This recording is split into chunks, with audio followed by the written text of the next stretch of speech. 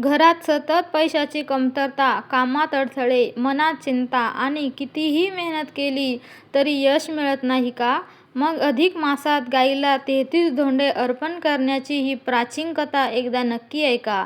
असे म्हणतात की या साध्या वाटणाऱ्या सेवेमुळे एका गरीब कुटुंबाचे नशीबच बदलले. पण त्यामागे फक्त धोंडे नव्हते, तर ती होती श्रद्धा, सेवा आणि पुरुषोत्तम मासाची महिमा. चला ऐकूया ही अद्भुत कथा. फार पूर्वीची गोष्ट आहे. एका छोट्याशा गावात भास्कर नावाचा एक गरीब शेतकरी राहत होता. त्याची पत्नी गंगा आणि 2 लहान मुले होती. भास्कर अत्यंत प्रामाणिक आणि मेहनती होता. सकाळपासून संध्याकाळपर्यंत तो शेतात राबत असे. पण तरीही त्याच्या घरातील दारिद्र्य काही कमी होत नव्हते. कधी पाऊस कमी पडायचा, कधी पिकांवर रोग यायचा, तर कधी बाजारात योग्य भाव मिळत नसे. वर्षानुवर्ष कष्ट करूनही त्याच्यावर कर्ज वाढत होते. एके दिवशी गंगा उदास होऊन म्हणाली, "अहो, आपण इतकी मेहनत करतो, देवाची पूजा करतो, कोणाचे वाईटही करत नाही, तरी आपल्या घरात सुख का येत नाही?" भास्कर दीर्घ श्वास घेत म्हणाला, "मलाही कळत नाही गंगा. कदाचित आपल्या नशिबातच हे लिहिले असेल." दोघेही निराश झाले. काही दिवसांनी गावात एक वृद्ध साधू आले. संपूर्ण गाव त्यांचे दर्शन घेण्यासाठी जमले. भास्करही त्यांच्या भेटीस गेला. साधूंनी त्याच्याकडे पाहिले आणि म्हणाले, "बाळा, तुझ्या चेहऱ्यावर खूप चिंता दिसते." भास्करने आपली सर्व दुःखे त्यांना सांगितली.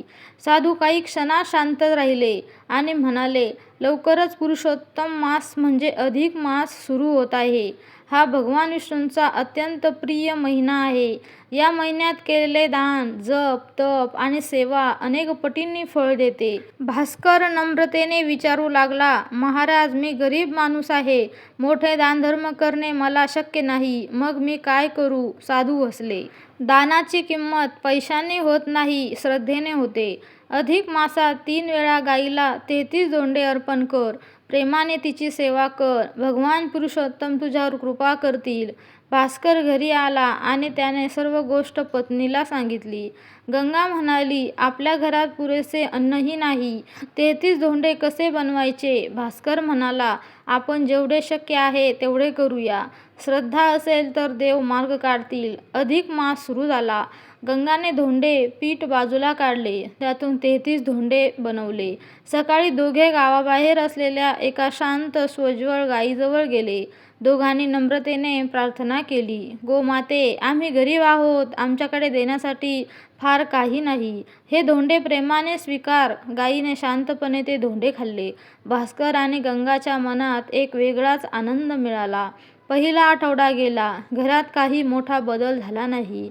दुसऱ्या वेळी त्यांनी पुन्हा 33 धोंडे अर्पण केले. यावेळी त्यांनी पूर्ण श्रद्धेने प्रार्थना केली. काही दिवसांनी एक आश्चर्यकारक घटना घडली. भास्करच्या शेतातील एका भागात इतरांपेक्षा चांगले पीक आले. गावातील लोकांना हे पाहून आश्चर्य वाटले. भास्कर मात्र म्हणाला, "हे सर्व पुरुषोत्तम प्रभूंची कृपा आहे." अधिक मासाचा शेवट जवळ आला. तिसऱ्या वेळेस त्यांनी 33 धोंडे तयार केले. यावेळी त्यांनी अधिक भक्तिभावाने गायीची पूजा केली. गायीच्या कपाळावर कुंकू लावले, फुले अर्पण केली आणि धोंडे खाऊ घातले. प्रार्थना करताना गंगाच्या डोळ्यात अश्रू आले.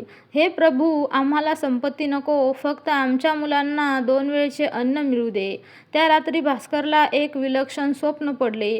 त्याने पाहिले की तेजस्वी प्रकाशात भगवान विष्णू प्रगट झाले आहेत. भगवान म्हणाले, "भास्कर, तू श्रद्धेने सेवा केलीस, तू गायीमध्ये माझे रूप पाहिले. तुझ्या निस्वार्थ भावनेने मी प्रसन्न झालो आहे." भास्कर नम्रतेने वाकला, "प्रभू, मला काही नको. फक्त माझ्या कुटुंबाला सुख द्या." भगवान हसले, "तुझ्या घरातील दारिद्र्य हळूहळू दूर होईल. पण लक्षात ठेव, खरे धन म्हणजे समाधान, सेवा आणि भक्ती." सकाळी उठल्यावर भास्करने स्वप्न पत्नीला सांगितले. दोघांच्या मनात नवीन आशा निर्माण झाली. काही महिन्यात परिस्थिती बदलू लागली. शेतात चांगले उत्पादन येऊ लागले. जुने कर्ज फेडले जाऊ लागले.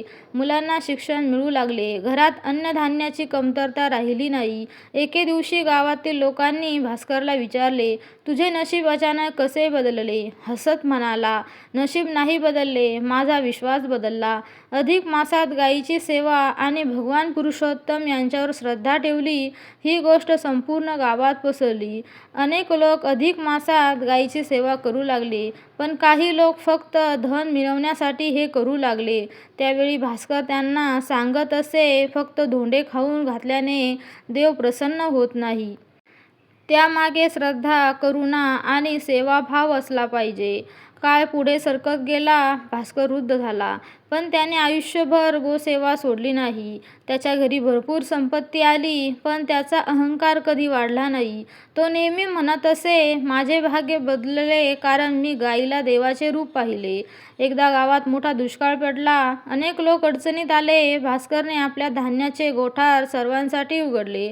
गरजूंना मदत केली. लोक म्हणू लागले, खरे पुण्य हे फक्त पूजा करण्यात नाही, तर इतरांच्या मदतीत आहे. भास्करचे आयुष्य संपण्याची वेळ जवळ आली. त्याने आपल्या मुलांना जवळ बोलावले. लक्षात ठेवा, धन कायम राहत नाही, पण दया, सेवा आणि श्रद्धा कायम राहतात. गोमातेची सेवा करा, गरिबांना मदत करा आणि देवावर विश्वास ठेवा. काही दिवसांनी त्याने शांतपणे देह ठेवला. गावातील सर्व लोक त्याला श्रद्धांजली अर्पण करण्यासाठी जमले. या कथेचा अर्थ फक्त 33 धोंडे खाऊ घातल्याने पैसा मिळतो एवढाच नाही. या कथेचा खरा संदेश आहे, श्रद्धेने केलेली सेवा कधी वाया जात नाही. गोसेवा ही भारतीय संस्कृतीतील एक पवित्र परंपरा मानली जाते. अधिक मासात केलेले सत्कर्म विशेष पुण्यदायी मानले जाते. दानाची किंमत वस्तूमध्ये नसून भावनेमध्ये असते. खरे दारिद्र्य पैशाने नसून मनातील नकारात्मकतेचे असते. शेवटची प्रभावी ओळ. मित्रांनो, अधिक मासात गायीला 33 धोंडे अर्पण करणे ही केवळ एक परंपरा नसून सेवा, श्रद्धा आणि कृतज्ञतेची भावना व्यक्त करण्याचा मार्ग आहे. जेव्हा मनापासून केलेली सेवा भक्तीशी जोडली जाते, तेव्हा जीवनात सुख, शांती आणि समाधान, प्रकाश नक्कीच पसरतो. जय गोमाता, जय श्री पुरुषोत्तम भगवान. तुम्हाला हा व्हिडिओ आवडला असेल तर व्हिडिओला नक्की लाईक करा आणि चॅनलला सबस्क्राईब करा. धन्यवाद.